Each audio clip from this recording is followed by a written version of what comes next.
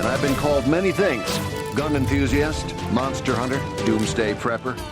I reject all these labels. What I am is a survivalist. I've scoured the dirt and dust of Nevada and Mexico, putting my life on the line to hunt supersized subterranean man-eating predators called Graboids. Join me as I enter into and beneath the sands of hell. Welcome to Now Playing's Tremors Retrospective Series. This is important now. This is probably the biggest zoological discovery of the century. These creatures are absolutely unprecedented. Hosted by Arnie. I'm a masterpiece of self-destruction. Stuart. Well, I'm blessed with a sunny disposition. Most people seem to like it. And Jakob. You guys do what you do best. Find something simple and complicated. This podcast may contain detailed plot spoilers and harsh language. Makes my skin crawl. Listener discretion is advised. And remember, life and survival starts here.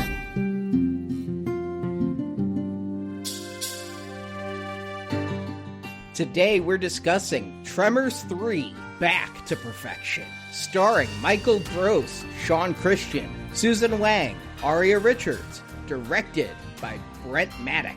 This is your Now Playing co-host who was an ass blaster before it was cool, Arnie.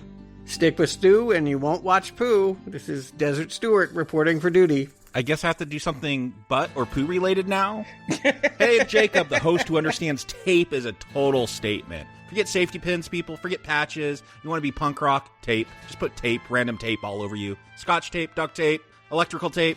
I remember safety pins. I don't remember the tape phase. I did make a pair of duct tape pants one time to perform in, and that was horrible. They are very heavy. And I imagine pretty sticky. Yeah, they don't give too much, I don't think. No. It's going to kill that fashion trend in the bud. As Tremors still lives. Somehow, yes, this series, 11 years past the original bomb, it's arriving direct-to-video 3 weeks after 9/11.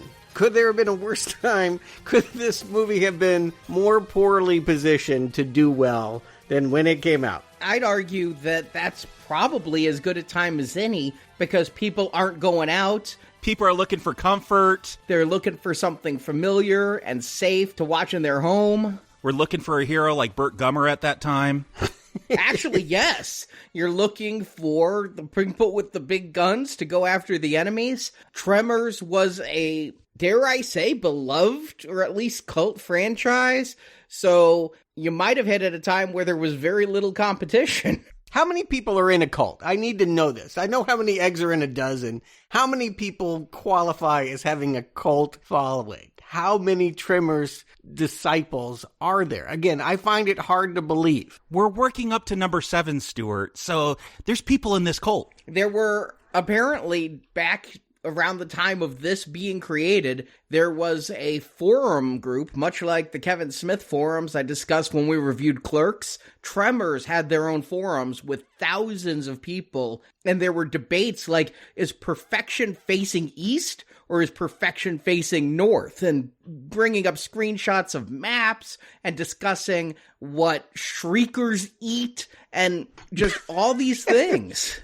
That is, okay, it's the world's a very diverse place. Again, how many of that?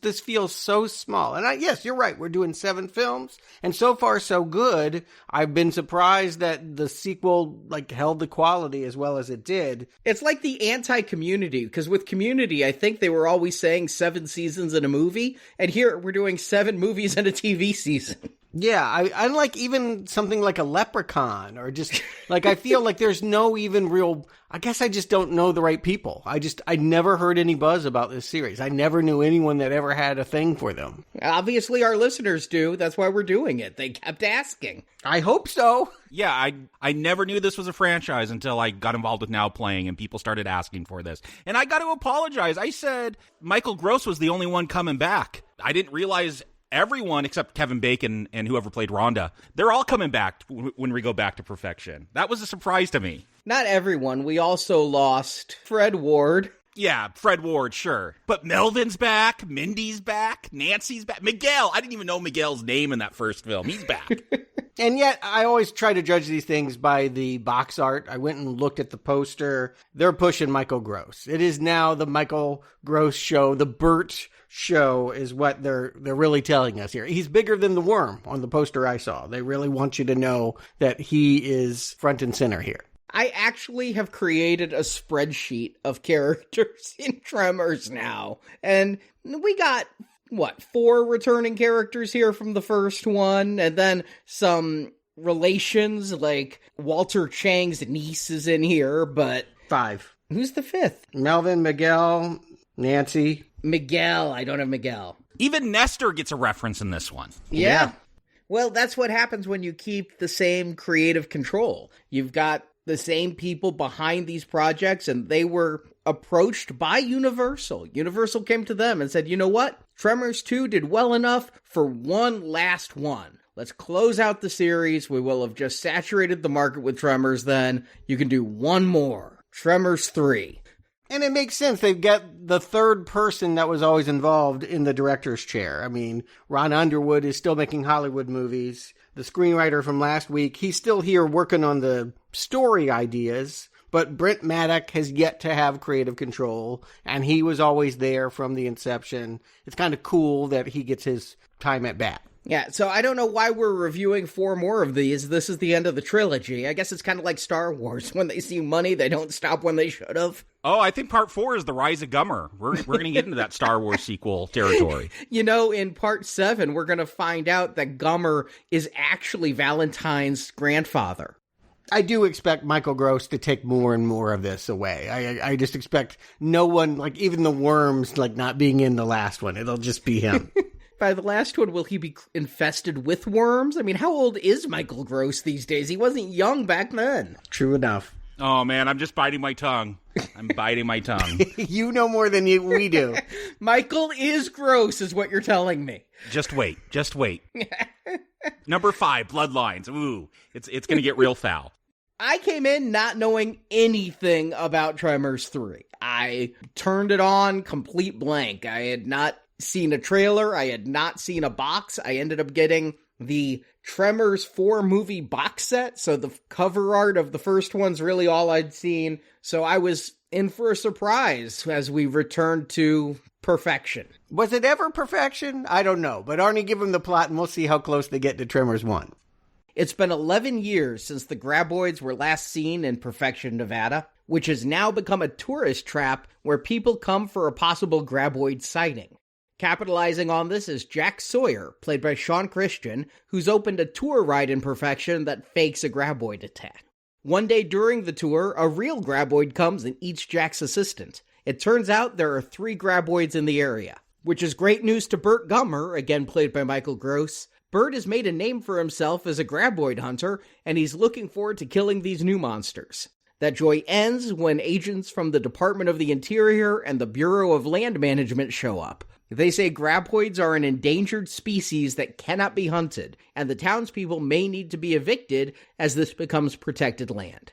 Jack makes a deal with the agents that if they catch one Graboid alive, the other 2 can be killed, and Burt's on the case. One Graboid is killed after swallowing Burt so that he can be rescued from its gullet, and a second Graboid has hatched its Shriekers, which kill most of the government agents. Off screen. The third Graboid is an albino they name El Blanco. But then the Shriekers metamorphosize into a new form. It still hunts by heat sensors, but now it can fly thanks to... It basically has base jumper wings, and it fires bursts of flame from its rectum. As such, they're nicknamed Ass Blasters. More, they are what lay Graboid eggs. An Ass Blaster chases Burt and some other townspeople into Burt's home, so he has it self-destruct to kill the monster. Unfortunately, that also blew up all of Burt's dense meal rations, and other locals discovered the Ass Blaster enter a deep sleep after eating. With most weapons also blown up in Burt's home, Jack devises the idea for a potato gun that will shoot the Ass Blasters. It works to kill several, but the noise brings El Blanco to eat the final Ass Blaster. As the only remaining Graboid, El Blanco is protected as an endangered species, and Burt and the residents of Perfection plan to continue life with El Blanco as a neighbor, and credits roll. And I know when we start, you always want to grab you with a, Graboid ya? Yeah, if that pun is as good as the jokes here, sure. Graboid you with some kind of action that gets you in the mood for things. But it seems like the wrong instinct, because what we're ultimately going to learn is these things are all but extinct. And whatever Burt is doing in Argentina, it's only one of 3 times in the last 11 years he's been asked to shoot a creature from underground. Yeah, we saw the first 2 times. This is like the 3rd time, and it's been 11 years since that second film. Or since the first one, I think. Yeah, but these things obviously need to be rare. They hadn't been seen before 1989. Yeah, I think we're told that they take 300 years to hatch. Well, they found eggshells that were 300 years old. I don't know how they carbon dated them so quickly, but I don't know that it takes 300 years to hatch so much as they've been around for 300 years. Oh, I took it's those new Graboids in Perfection that they talk about the eggs being 300 years old. So I figured these eggs, Arnie, you asked, why aren't these all over the place eating everyone? I figure because they have a long gestation period in those eggs. And why are they in Argentina? Particularly if the action's going to be this lame. You open like this if you got a great set piece where things are going to splatter and the screen is going to be covered in orange goo. But if it's all in infrared and dark and I can't even see the shrieker that's supposedly running at the screen, I think you just start in Perfection. I don't think we need to be here. Oh, it's a lot of shriekers, and I appreciate that it's dark, because even in the darkness, I could tell this is bad CGI. And so, yes, keep it dark, but I think this is giving people what they want. They want to see Burt Gummer just shoot some big old guns and blow stuff up. I think that's what the Tremors crowd is begging for. Yeah, I think seeing Michael Gross behind a frickin' anti-aircraft gun, just with a big grin on his face, blasting away, is what people want. But, again, for the premise of this movie, where we're to learn that these creatures don't exist anymore, it neither reintroduces monsters we're going to see in the rest of the movie, nor doesn't give Burt a good moment. I want to see him blasting away too, but this was not a good opener. It let me know that they didn't bestow this trilogy with much financial love. Well, no, it was direct to video, and I read that it had a budget of $6 million, which is, a lot of money to me if you told me to go make a movie, but not a lot of money if you're trying to do an effects-laden picture. The lack of money shows every time there's a monster on screen, and half the time there's an actor on screen, it shows too. I like the idea of returning to Perfection, and I do like the fact that we get a majority of the characters back there. Its population's down to 5. It is Burt, sometimes, when he's not off in Argentina. Jody, who is the granddaughter of Walter Chang? Niece? Okay, niece. So they found a way to kind of bring Walter back, too. Right. She's running the store now, and it's turned into this real tourist trap with Graboid tentacles, like cardboard signs moving up and down. Which I gotta say feels like an extension of her uncle. Like he was buying that severed tentacle and charging $5 for a picture. Like, you can say what you want about the effects. I agree. This is low rent all around. But I do feel like they're giving people in the Tremors what they want. They're doing those callbacks. So that, the niece is there and she's trying to turn this into an attraction. And we got signs all over now. No, this is good. What I'm saying is this comedy of seeing a tourist trap without anything to hawk anymore is a funnier way to begin than that exceedingly lame supposed action scene that shows Burt doing his best to quell some kind of raid in the dark. Just skip that first scene and get here, because Tremors, for me, it's got to have that snarky comedy, and this restores that. And I will agree, I am shocked that these direct-to-video things are a minute over 90 minutes long. Like, they're all I think 100 minutes. So yes, you could trim more. Like, I am shocked that they had it in their budget to go over 90 minutes. Yeah, also here we have Miguel, a character that didn't, as you say, register very much, but he is wondering why Burt is bothering to install underground perimeter concrete bricks around his compound because, yeah, it's been 11 years and we haven't had a Graboid since Kevin Bacon was in town. I think there's more than 5 people, aren't there? Because we also have, I barely remember the mother and daughter who were trapped on the roof and not really part of the action in the first movie. Nancy and Mindy. Yeah, they're 4 and 5. They're the last people there. But then we also have Jack Sawyer. No, he's brand new. He hasn't registered on the sign yet because he's that new. Nobody's bothered to go up there and paint a 6 on it. The ones that count are Burt, Jody, Miguel, Nancy, and little Mindy has grown up and given up her pogo stick and tried to go away to college, but found that, much like the actual actress herself, we have failed to note. Do you realize this was the child actress in Jurassic Park? I did not notice that in the first movie. I recognized her here. I'm like, I know that face. I had to look up where I knew the face from, but I knew that face from somewhere. I think she changed a lot more between 1989 and 1993 than she did between 1993 and 2003. Those were some important years. I don't think she has to dig deep to find her character. Like the feeling of disappointment that I used to work with Spielberg and now I'm doing Tremors 3, 5th build at that. I'm not even the star. Do you think they told everyone to get him to come? Well, look, these people probably just wanted a paycheck, but was there ever an attempt to get Fred Ward? Or, look, I know Kevin Bacon's not coming back, but Fred Ward, was there an attempt? Did all these people get together because they thought it was going to be some kind of reunion movie? They never approached Fred Ward about this one. Just not in that $6 million budget. Can't afford him. And within the story, they seem to have given his character, a passing nod is mentioned to him. Yeah, him and Grady have gone off and made it rich. I guess they opened that theme park. So I guess the Mexican oil company did pay. I kind of thought they wouldn't after the oil plant they blew it all up. Well, we haven't seen this theme park. Who knows how much it cost? It could look like this one in perfection.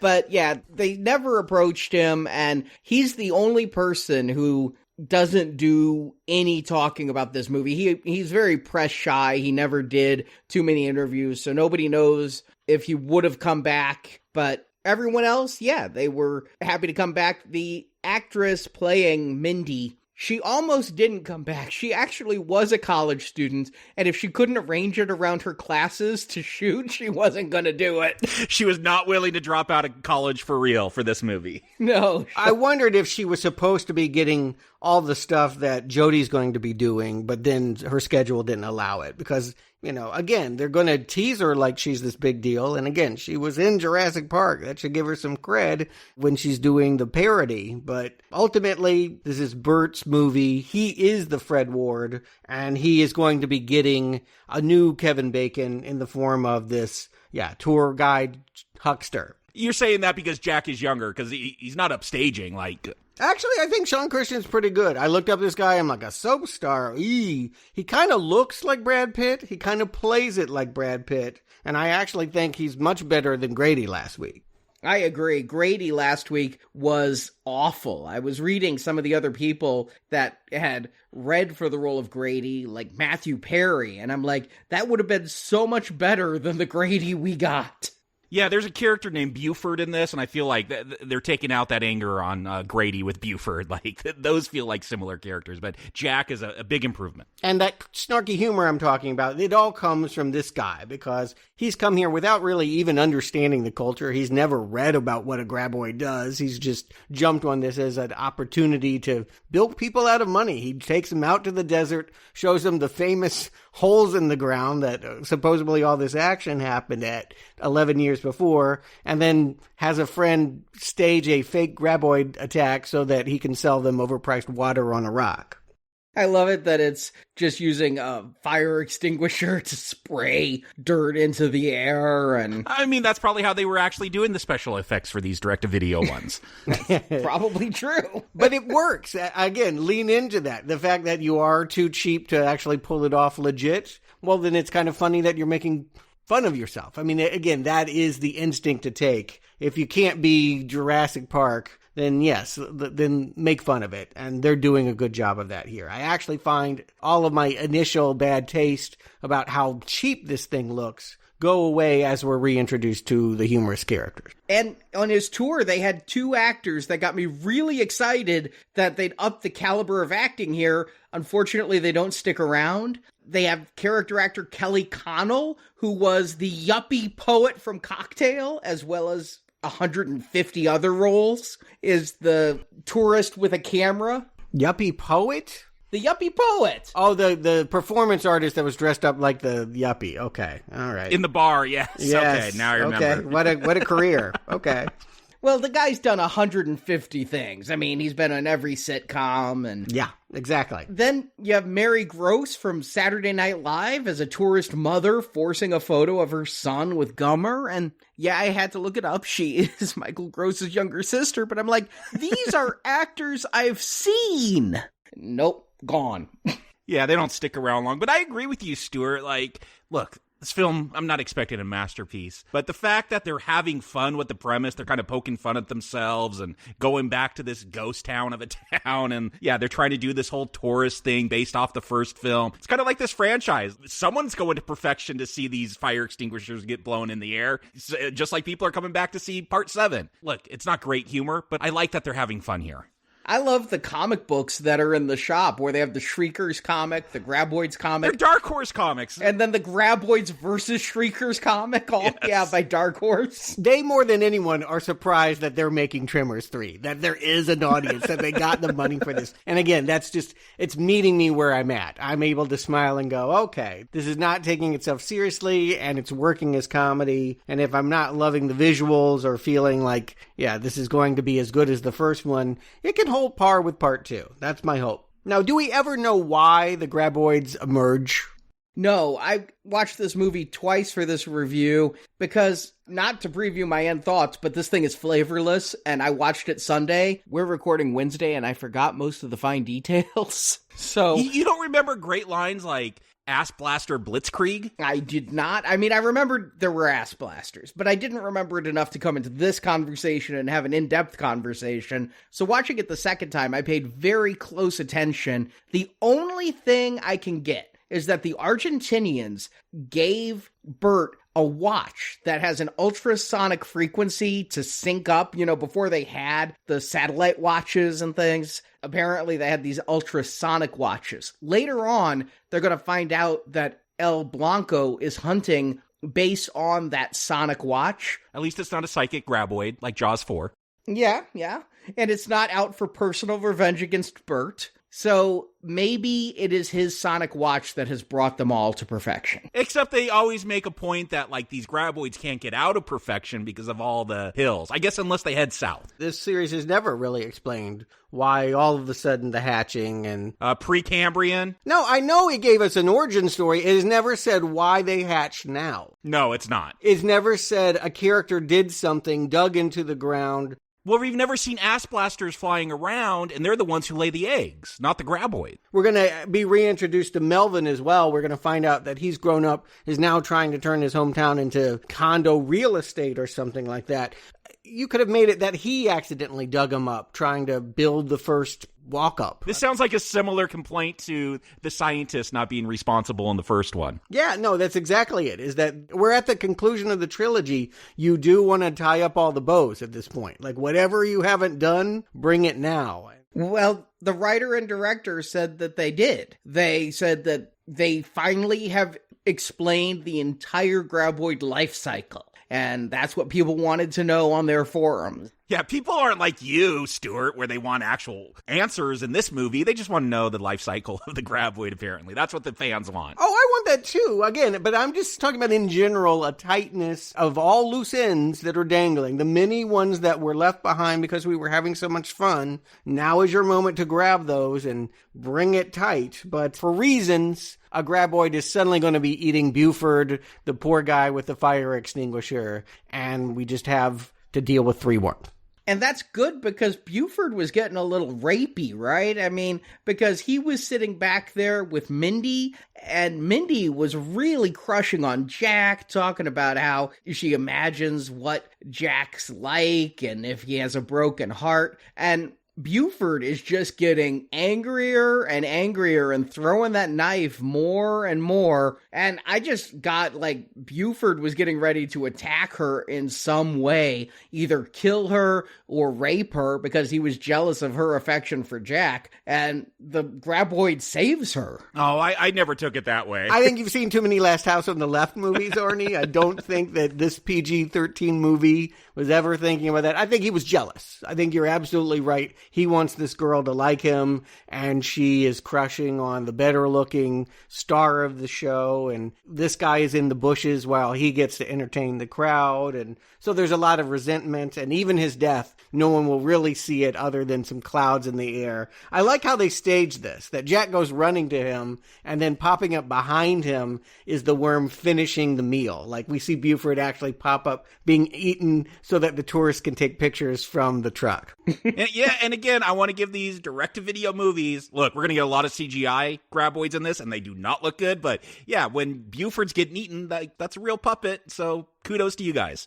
Yeah, they have a mixture, and even sometimes the real puppets look bad. Oh, yeah. But they look better than the CGI ever does in this. The CGI in this is truthfully embarrassing, and you can always tell if a CGI creature is going to enter the shot because the entire frame looks grainier because of the post-process. I mean, they did shoot this on film, and they had to then, like Jurassic Park, take that film through digital processing to add CGI creatures, and it just makes the whole frame look ugly. And yet, it's a B movie. It's Tremors 3. If it looks crappy, that's never going to be my complaint. I'm never mad that the special effects aren't good enough. That's not it. Again, we're here for the comedy. I'm here for the comedy. I'm not going to be mad at it, but I am going to laugh at it. I can forgive it if the movie's fun, but it's still always going to make me think, dear God, that looks like shit. Right, but that can be part of the fun. With a B movie, I do think that is part of the entertainment. And so they're able to sidestep all that criticism. Again, by being self-effacing, by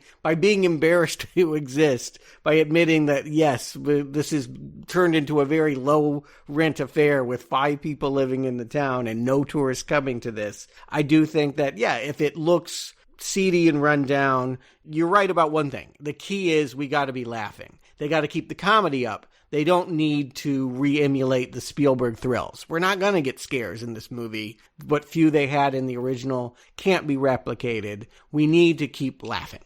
And I'm enjoying Michael Gross in this again. He's engrossed in his role, and he is just ready to go hunting as soon as there's more Graboids there. I think that's his reason to exist. I think that's what we get, if you want to look at it from a character perspective, what we get from his opening in Argentina is this man has nothing else in his life. His wife left him. He doesn't seem to have a job. He hunted Graboids in Nevada, then he hunted Graboids in Mexico, and he got a call and went to Argentina to hunt Graboids. This is giving him purpose, and he looks happier than at any other point in this movie when he finds out he can break out all of his guns and go Graboid hunting. I will say this about Michael Gross, because I keep poking fun at him, but he does seem to really get into this role. Look, I've only seen him in like Family Ties and Cool as Ice, so I don't know if I have a great barometer for his acting skills, but he seems to be having fun. I do like the way they write him. It seems pretty consistent. And he's got this kind of big vocabulary. He'll shoot off some words every now and then. Like, I don't know if the writers developed this character or he probably came up with a lot of the quirks in that, but I do feel like he has developed this character into his own. Like, I could tell you about Burt Gummer and his personality at this point. Right, and every survivalist's secret fantasy is that the world goes to hell, because then they'll be proven right. Like everyone else is not prepared. Even though it's Graboids everywhere, nobody was watching the monitors. Everyone's confused when the air raid siren goes off. Yeah, I love that. He has these seismographs he put everywhere, and he's like, didn't your alarm go off? Oh, the batteries died a few years ago. I haven't got around to replacing them. Right. So this is his moment.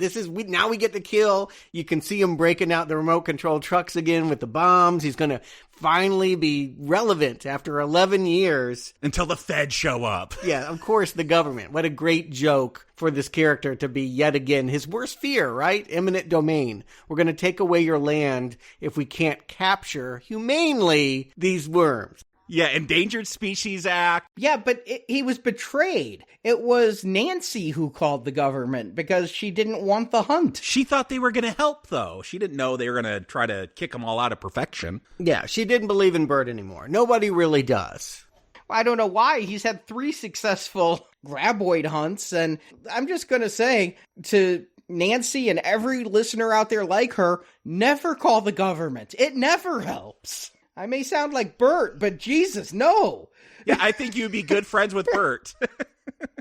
But that is the fun, and you're talking about, again, with that first Tremors, where it was missing the evil scientist that maybe caused them to grow, or, I don't know, someone dumping radioactive waste. Like, you do want some kind of villain like that. So, yeah, having the federal government come in and say, oh, this is an endangered species, and we're going to take you, I don't know, it's kind of fun. It's a nice little joke. Yeah, that's good. And I also think, like, making this guy look crazy like Ahab, or he's going to say Ishmael, but I mean, they're going to evoke Moby Dick when we find out that one of these 3 worms is this rare mutant, I suppose, a mutant of a mutant. He's an albino worm. And sterile.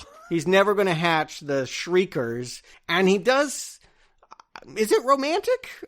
Yeah, when he pops out, when that CGI El Blanco pops out in front of Gummer when he's behind his fence and does when does the snake charmer dance? Yeah. Imagine Gummer playing the flute and that worm is just kind of swaying side to side. He respects Burt. At the very least, they have some kind of, I don't know if it's Moby Dick and Ahab, but they have some kind of respect for each other as one-of-a-kind beings in the world. And so neither really wants to kill the other. It would end the purpose of their life if they did. And so Burt almost has a pet here. He almost has a pet worm that comes out and respects his property lines and wants to, and can now, the government is saying, can live on the same land. And Burt will have to have a pet, have to make do with this interloper in his world. Yeah, the government makes them a deal if you could get us one alive, then, maybe we'll let you take care of the other ones. And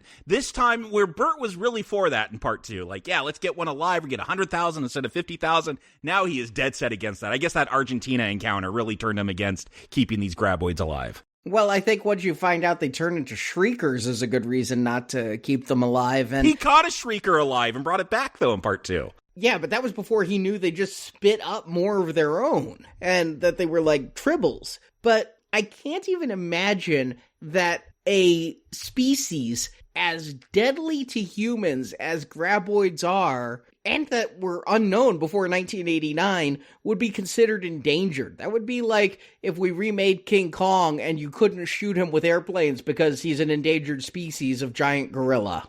I mean, he is. Arnie, it's a joke. Yeah, it's definitely, we lived in PC times. Maybe we still do. Yeah, but the idea of, we're definitely coming out of the 90s where we relooked at a lot of our language and tried to see things with a more open perspective. Yes, this is the pushback on that. You're going to call these killer flesh-eating giant worms a species that needs to be protected. You can't hurt them. But yeah, I don't understand Jack's deal. Jack would profit off of this, assuming he doesn't get completely kicked off the land. He'd profit by knowing that there are Graboids in the area that he could show to tourists, assuming the tourists don't get eaten. But he makes a deal with the Bureau of Land Management, and they agree to let them kill 2 of the endangered species. I'm not going to think about it. This is a dumb B movie, but it hurts my head. Did they make a deal to kill 2? I thought they were capturing all of them. No, they said you catch us one and you could kill the others. Something is said about the tranquilizers, and Burt starts thinking about, well, maybe we can put the tranq stuff instead of the bombs on the remote control trucks. It feels like they're trying to adapt their methods to try and see if they can capture one. But everyone is going to lose their land, so everyone needs to make this happen. The store owner, the tour guide, even Melvin, who, again, as I stated, is a real estate guy trying to sell ranchettes. And there will be no ranchettes built here if they don't get this worm under control. And that leads to a funny moment where Burt actually gets eaten. This Melvin kid throws his pager that's going off like a grenade right at Burt, and it sends the worm devouring our hero. Luckily, there's a barrel for him to jump into, so he doesn't have to actually get eaten. He, I guess, just gets swallowed inside that barrel. He does? I didn't see a barrel. I thought he was just eaten. No, he's in a barrel. You know what? These effects aren't very good, and the moment passes by quite quickly, and maybe I looked away typing notes, but I didn't see no barrel. Yeah, he jumps into a barrel to hide, and the Graboid swallows it. Okay. We don't think Burt's dead for long. They don't play with that. It's not like Marion in Raiders of the Lost Ark or one of those where you get the scene of mourning the death. Within seconds of being dragged underground, he's radioing Jack, like, I need help to get out of here. There's not much air. And I was just thinking everybody else that Graboid had eaten was alive in there for a while and could have been rescued. I'm telling you, these writers have watched the films. They're noticing the little things. They're coming up, maybe stupid reasons, but they're coming up with reasons why he's not dying this time. It does get confusing because the whole thing is Jack is going to drive to Burt's place where he's put these concrete barriers under the ground. So the Graboid hits that, dies, and then Jack is able to just cut him out. There is no barrel when he's getting out of that worm. Maybe the barrel's left in the worm? He doesn't even climb out of it, though. They cut it open and he just pops out. Like, he would have still been in that barrel. Yeah, this is a clever maybe, but a way to bring back something we saw in the first movie to remind folks, as well as giving a new spin, because we never had to get a chainsaw out before and literally cut someone from the bowels of a Graboid. I don't remember my Bible. Is that how Jonah escaped the whale? Someone had a chainsaw? No, it just coughed him up. The whale, was on a mission. He was in on it. They didn't have to do anything. Okay. And so, humbled now, we have two teams. We have Burt and Miguel. He doesn't want to work with Jack anymore. And Jack and Jody. Which is, again, strange, because I thought they were telling us Mindy had a crush on Jack, and Mindy, being the Jurassic Park star, was going to be a big part of this. But she's going to be sidelined with her mom at the store for most of this movie. Yeah, Jody's going to be the one with the character arc, because she's just so busy running that store, she doesn't even have time to look up at the clouds. Jack has a lot of cloud thoughts, people. He started a fly-by-night crazy-ass business with no thought behind it and no business plan. He's just out there looking at clouds when he should be working on a prospectus. Yeah, meanwhile, Jody dropped out of grad school and has this 18-point plan to make this store a huge thing in perfection. I thought she got her graduate degree. She said she could be making 6 figures in the city, but she chose to come run her uncle's shop. Okay, maybe she did graduate. You can't have 2 college dropouts. By the way, 6 figures in San Francisco won't get you a 1-bedroom. Go listen to our Venom review about his... Nope, it still won't. Even with that place on fire. With the smoke, the fire, and the COVID? Nope. So, up to this point, I feel like the movie has done a pretty good job of reintroducing things, doing little variations on what it's done before, staying above its budget line, even though I can see all the seams. But then some things start happening they're noticeable. Like the fact that we have the doctor coming back and just saying all of the government people, the people we liked because they were going to give Burt a hard time, are just dead. I mean, there's only 2 of them, unless there was a bunch of, National Guard they brought with them. But we never see a shrieker, do we, in this movie? We're told about shriekers, but they never even bring a shrieker back. Well, we saw them at the beginning. If you saw them, good on you. I need to eat more carrots.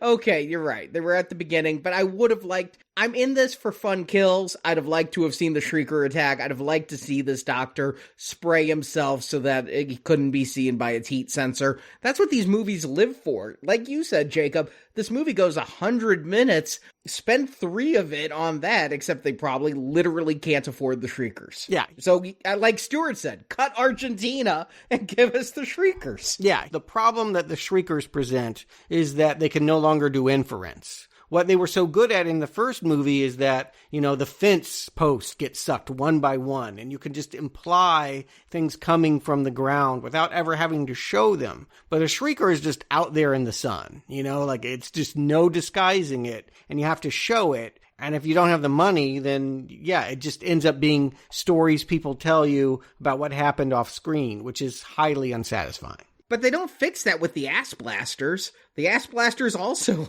are just on screen. They just, find some husk, and I guess the Shriekers evolved into their 3rd evolution? Yeah, we don't know why. Maybe it's a time thing and the last Shriekers didn't live long enough. Yeah, I believe that's what's said. Yeah, it happens super fast. They say like in 12 hours, they will turn into an ass blaster. Yeah, I think you're just meant to, I mean, if you just let these things run its course, who knows how many more cycles there are. Although this one, I think you're right. They're telling us this is the end of the cycle. Yeah, because these are the ones that lay the eggs. Yeah. Okay. Here's the evolution. So an egg is laid, it turns into a graboid. Eventually, Shriekers will pop out of the side of the graboid, up to 3, we are told. Within 12 hours, the Shriekers then turn into ass blasters, and they lay more eggs. I'm glad they have it laid out. I'm glad that we see it in full cycle. That was a big appeal of just, the Alien movie, for example. I think we were owed that, and they delivered that, and that was cool. But yes, not only did they not show the Shriekers, but they did show the ass blasters. And I think that is a disappointing design. Can we agree? Yeah. It was based on a real thing. I was shocked to hell like this, but there is apparently in the real world a beetle that can use its gases in its abdomen to create sounds like a pop gun. And so they were trying to make these look like a beetle that would have the gases that they could use to mix and create ass blasting. I guess the weird thing is they're almost dragons, but not quite. It's like you stick a lizard in a squirrel suit, those gliding things, and you get an ass blaster. It is a weird design because you're expecting like full wings, but they really are just kind of gliders. What you don't want to get away from, and what this one does, in part maybe because it's CGI, is you want it to feel icky and gross and sticky, right? You like everything about this creature is repugnant. Like you wouldn't want to touch it. Whereas this one, yeah, by becoming the butterfly, so to speak, it no longer, maybe that's the point. Maybe it has a beauty, or maybe it has a look about it that doesn't repel. But to me, I don't know, the alien is gross in all its life forms. Like a xenomorph is always icky, no matter what it's doing. And here, being a cheap CGI dragon is underwhelming. I kind of blame the effects team because they had Phil Tippett's team on the first 2 movies. They came back for the second one for far less than they normally charge. And seeing those guys on the special features of the first one, they realized slime and goo was the thing. Yes. This team has made these things look so dry that they look plastic. I mean, Aliens also, the Ridley Scott aliens also lived and died by slime. Yes. And if you'd taken them and dried them off, they might look almost as bad. Not as bad, but almost as bad as the ass blaster. Yeah, I think part of the problem is that it's called an ass blaster. Like, we had a Graboid, we had a Shrieker, and look, I've complimented the humorous take that this film has taken, but I feel like this was a joke in the writer's room, and they just ran with it. I like that it was Jody who named it the same way her uncle was real big on we had to name the Graboids. You can't put ass blaster on a shirt and sell it in the South. They're way too religious. Jack says it sounds like a porno film, so I Googled ass blaster. Oh, it is. It's got to be, right, Arnie? The first 9 hits were all about Tremors. The 10th hit was the name of a hot sauce. And when you get to number 20, there it is, Malibu Ass Blasters, a porn from 1996. These girls from Malibu are exotic and crazy for, I'll say, chicken. Okay. Yeah, I'm glad they called it out because that's the immediate thing I thought of when they said ass blasters. I'm like, oh, like a porno? But do we really need a monster that's flying around on its farts? Like, that's... No, it's yeah. That direction is taking away whatever icky kind of cred the Graboid had in terms of being a monster. Yeah, I think they realized, look, we don't have money to make this scary, so let's make it a comedy, and so we're going to have ass blasters. I guess that's the thinking. Yeah. They're right that they needed something new. That I agree with them on that. Admittedly, the ass blasters are, I suppose you could look at it as the adolescent stage. You have the child of the Shrieker and the adolescent of the ass blaster and the adult of the Graboid. No, the Graboid is the child. The Graboid comes out of the egg. Yeah, this is the adult. Well, it seems like a teenager lighting its own farts on fire. Yeah, it seems like a dorm room prank. Didn't Howard Stern threaten to make a superhero movie about Fart Man? Yeah. I think he showed up at the MTV Music Awards like that. Yeah, and he couldn't get that going because in the end, nobody really wants a movie about that much flatulence. That's a hard joke to keep airborne, excuse me.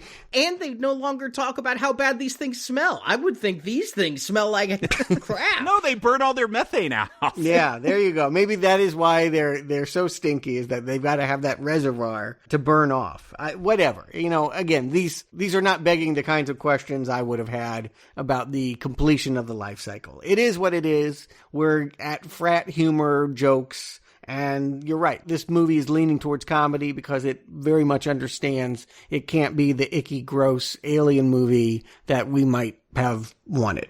But Miguel gets killed, and we end up with our main characters of this film are going to be Jody, Burt, and Jack walking under a mattress because the ass blasters, like their shrieker parents, only see by heat, and you can't see through a mattress. Yeah, except mattresses are super heavy. They should have just cut that top layer off. I don't know how much you need to block heat, but we see Nancy and Mindy, again, in a scene that I think is kind of funny. They're hiding in a cardboard box on the roof of the general store to hide from these things.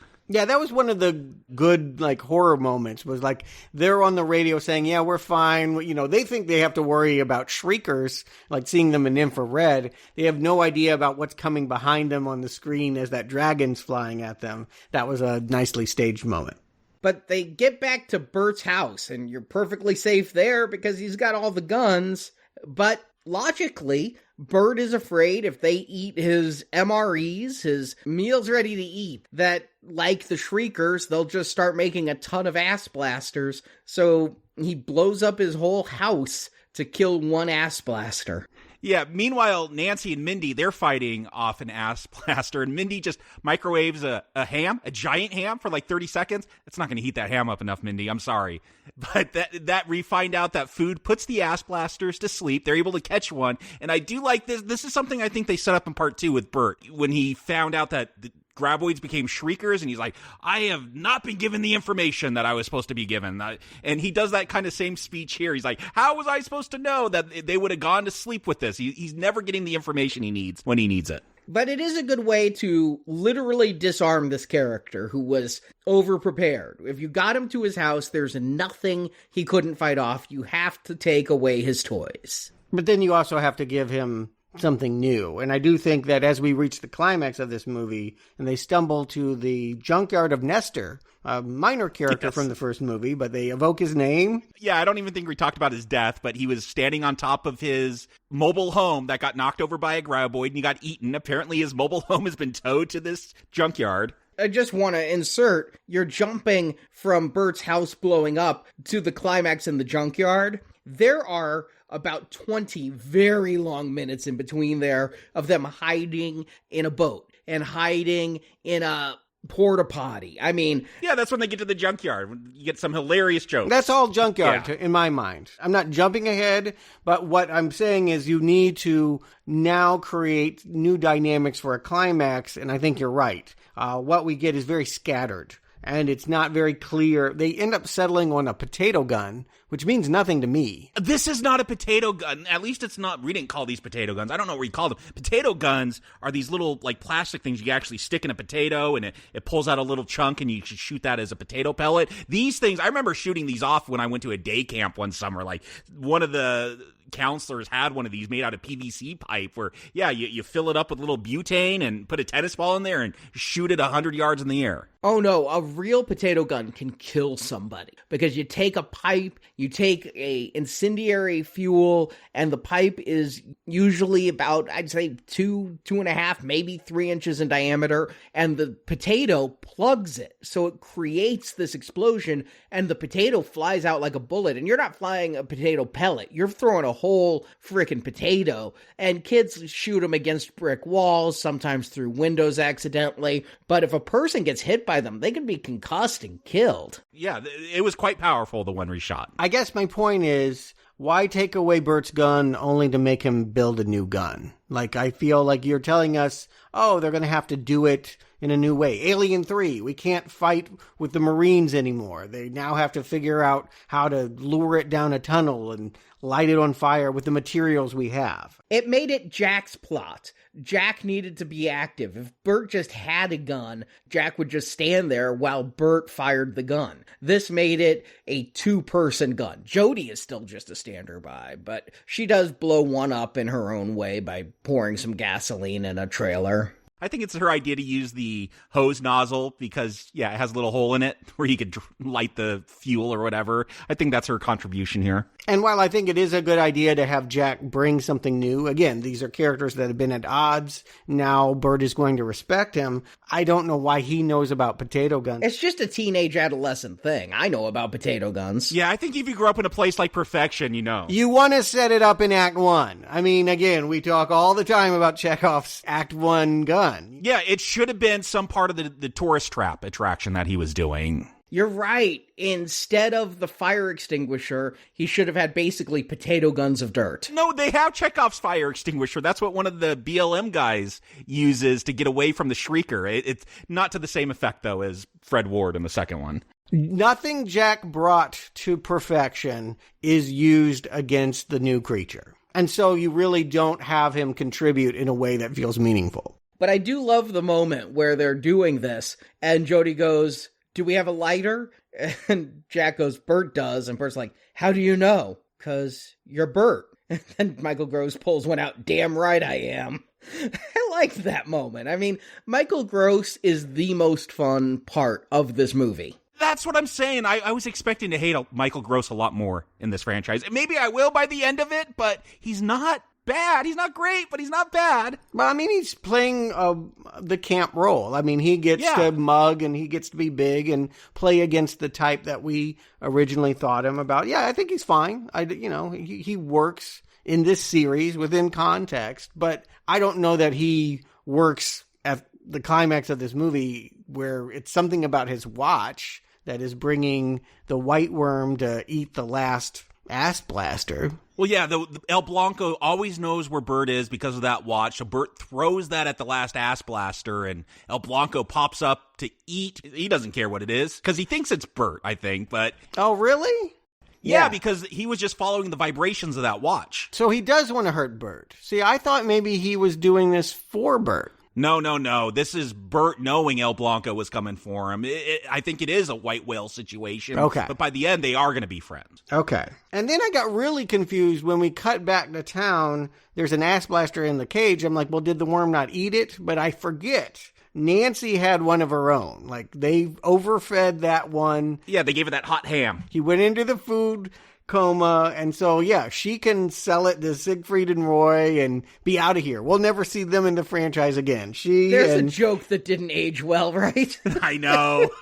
Well, yes. But yes, they're out of the series, and Jurassic Girl is out of the series, and I assume this Desert Jack guy, he's going to Bixby to run a car wash. Bixby's a long way from Perfection. I imagine he's gone from the franchise too. None of them are out of the franchise, Stuart. I had to watch the whole TV show. We're going to talk about it next week, but... Oh my. I know the next one's a prequel, so I don't see how any of them are coming back. But until we get there, Jakob, Stuart, do you recommend this return to Perfection? Jakob. Okay, I'm going to pull an Arnie. I'm going to sing a song, Ass Blaster Blitzkrieg Bop. Just kidding. I don't have that much ambition. I wish you would. I thought about it, but you know what? That song's all about kids generating steamed heat in the back of the cars, so it may be about these shriekers and these ass blasters who sense heat. I don't know. But look, what do you do with Tremors 3? If you're in the situation where, you've watched Tremors 1 and 2, and you're presented with Tremors 3, did you like those first two? If you did, this one's lesser. It's not as great. I kind of like the sense of humor in it, that it's not consistent throughout the entire film, but this is direct to video, and I've learned from now playing that sometimes you got to lower your expectations with these things. And that second one, I felt like, give that some more money. You could put that out in theaters. This one, you got to give a lot more money if you want to get it in theaters. But I was still entertained by it. This is total junk food. We've used food analogies a lot of junk food here. This is not great. But look, there's a cult following. This has to do with flying graboids. ass blasters, so why not call this turbulence? It's not a smooth ride. It's bumpy, but you'll get where I think you want to go by the end of it if you're a Tremors fan, if you like that first and second one. So yeah, I'll give this the weakest of recommends. It's not a great film. I liked a lot of its sense of humor. I think they went a little too far with the ass blaster jokes, but I was mildly entertained. So a mildly weak Green Arrow, I guess. Stuart. I feel I mean, my arrow was constantly pinwheeling. Up, down, sideways, whatever the wind blows. Ambivalence is high here. It is Tremors 3, as you point out. Like, what are you going to do? It makes no sense to point out that there's bad special effects or predictable moments, low production values. Yes, it's a cheesy B-movie, pastiche. That's what we're here for. So, what would make it recommendable? We need new twists on the formula. And there are some. I'm glad that they complete the life cycle. Ass blasters isn't enough of a twist? Yeah, it is one. They complete the life cycle. I'm glad about that. I like the idea of a mythic white worm. I like these things conceptually a lot more than they end up coming across. I like some of the new cast members. The tour guide Huckster and Chang's niece. They play well with the old characters, and they fit in with the town. They revive the spirit of Tremors. They keep it alive. They keep Michael Gross alive and make sure he gets a hot meal and stays off the streets by giving him employment. He's better than Willie from Alf. Yeah, right. You know what? It's doing what it needs to, but I'd be lying if I said I had a great time watching it. I'd be lying if I said it was as much fun to go to this one as the last two. And I think ultimately why I'm going to go on slightly the opposite side, Jacob, and say not recommend, is I don't think that this movie is as well directed as the previous two, which has nothing to do with the budget and the cast and all those other things. I really struggled, particularly in that climax, to see what was going on, like establishing shots, insert shots. What are they throwing? What's happening? I feel like this new director probably should stay and work with the script. More shots of the barrel, so you would have got that. Yes, indeed. Exactly. We're having an argument about how a character got out of a jam, and that to me feels like a directorial problem. And so, yeah, he's not Spielberg, and so I didn't see the movie that I wanted to enjoy. And so for that reason, I think you'd have a better time watching the original or the second movie again than going back to perfection. Adam Baldwin. Christopher Lloyd. Jean-Claude Van Damme. Are we doing 6 Degrees of Separation with Kevin Bacon? Is that what this is? Fred Ward. We are. And Michael Gross. What do all these actors have in common? I mean, they're in subpar trilogies? I don't know. They were all nominated for Best Actor for DVD and VHS film release at the 2001 Video Premiere Awards. Whatever that is. Wow. Oh, that sounds like it might be lower than the Razzies. I think I'd want a Razzie before I'd want a Best Actor in a straight-to-video movie. Okay. So there's Fred Ward with his former co-star. Yeah, competing. That's interesting. Apparently, only a couple of these showed up. Jean-Claude did not go to the ceremony. No, I'm sure. Neither did Adam Baldwin. The winner was Michael Gross. And if IMDb is to be believed, in his acceptance speech, Michael Gross said, "It's nice to return to this community and the actors retain their wit and sparkle. The production values are substantially lower, some of the jokes are recycled, and the grand finale is lackluster." Is this a quote? Because this sounds like Burt Gummer speaking, this vocabulary. This is a quote of Michael Gross at the 2000. So Michael Gross is just being himself. But there's still an underlying affection for these characters, even those doggone wormies and their precarious situation. All in all, taken for what it is, this movie is worth a gander. Okay, so Michael Gross and I agree. That's strange. That's a hell of an award speech, though. Can you imagine? This movie's shit, but watch it if you want. It's worth looking at, and I got an award. What the hell? So, I think I agree with Michael Gross. The production values are substantially lower. The jokes are recycled. The grand finale is lackluster, but I have an underlying affection for these characters, and for all in all, this movie's worth a gander. I was on the borderline like you were, Stuart. I was like, maybe, maybe not. I was too. I wanted to call that out. Yeah, all of us were, and I'm just eking on the side of green, and I will be honest, there have been so many retrospectives where we've gone, and by the time we get to the 8th sequel, I'm like, can I go back and change my arrow on a previous that part 4 was really good. Compared to where we're at, I like part 4. Yeah. Right. So right. I'm also feeling a distinct drop from each of these Tremors films. So I'm going to be kind to Tremors 3, because if this precipitous drop continues, oh boy. And I'll take the stance that it's actually a compliment to the franchise that, yes, if something of this level, I'm going to say Red Arrow. I mean, I'm sure that I've half-assed recommended some Leprechaun movies that are much worse than this. So I feel like if this is bad, it's better than most of the direct to whatever format. You recommended a Children of the Corn film. The most recent Children of the Corn film, which he called Elevated Horror. Yeah, I mean, you could go hear that review. I don't retract that. I think that it was, again, hear what I'm saying. You have to look at these things on their own merits. And I think the reason why I couldn't celebrate this one is they didn't have the director of the first or the second movie. It was hard to watch. It just wasn't well put together. Forget all the other problems. I did like the spirit. I did like some of the fun. I think you guys are citing the right things, but there wasn't enough of it for me to say this was recommendable. Just wait to part 7. I know. Again, my hope is that it doesn't get much worse, but it probably will. Well, next week, I do know one thing about this franchise. We're getting a prequel. We're going back in time. 100 years before Tremors, we get Tremors 4. The legend begins. Wild, Wild Tremors. Okay. You know, the writers did do Wild, Wild West. Your favorite period piece and genre, Arnie. Westerns. Well, hey, from the guys who did Wild, Wild West, how can it not be a hit, right?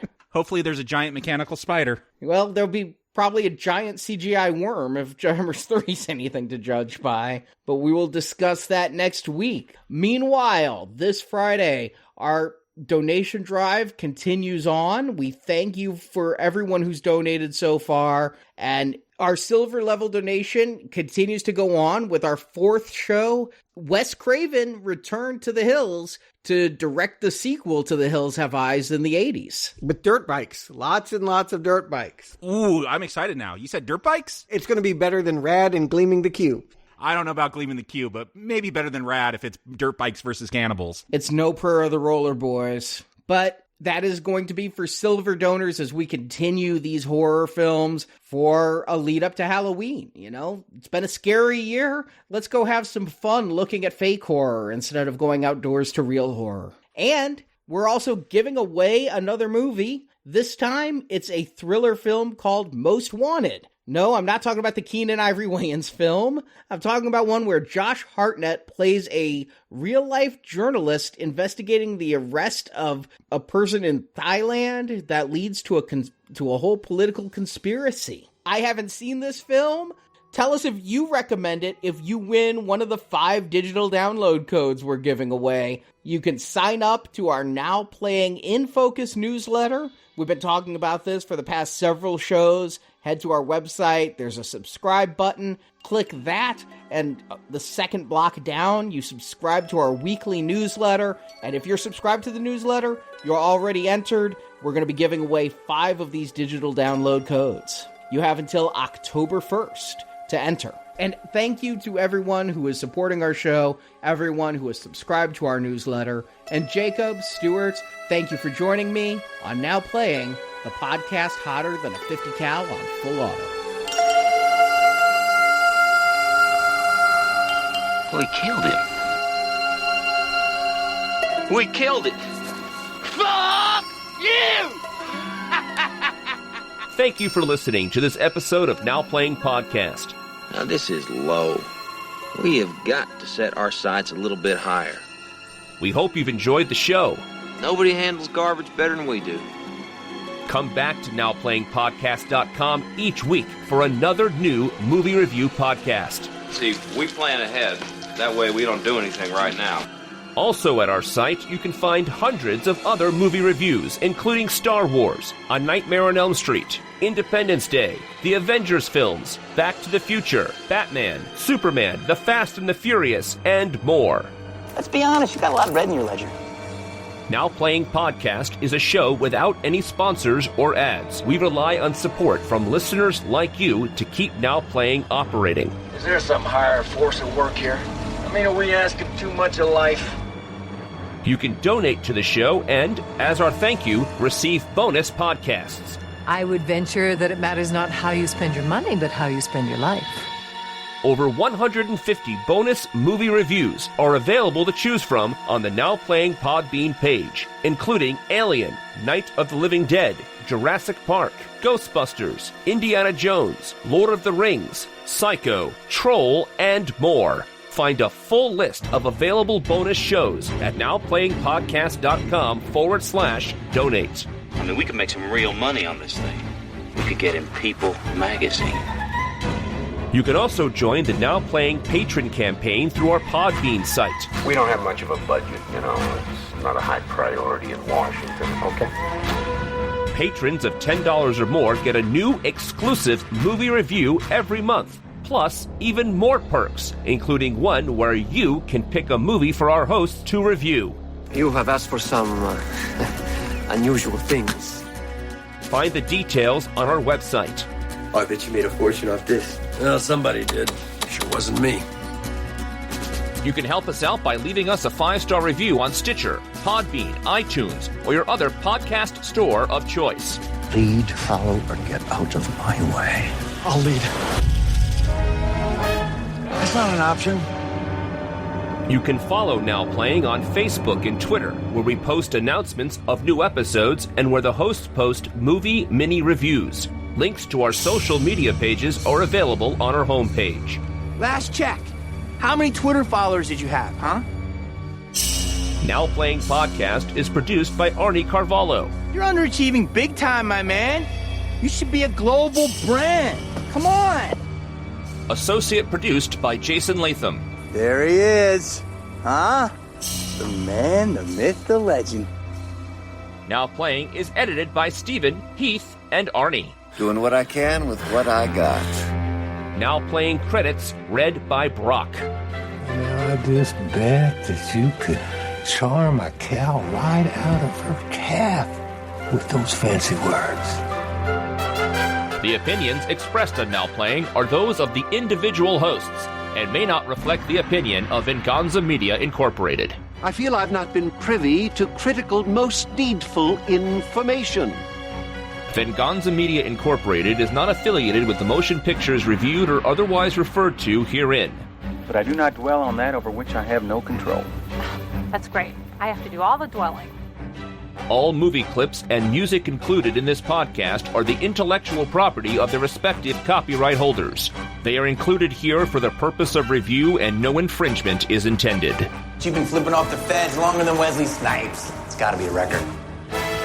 Now Playing Podcast is an exclusive trademark of Venganza Media Incorporated. Now Playing is a Venganza Media production, copyright 2020, and no part of this show may be reproduced, repurposed, or redistributed without the written permission of Venganza Media Incorporated. All rights reserved.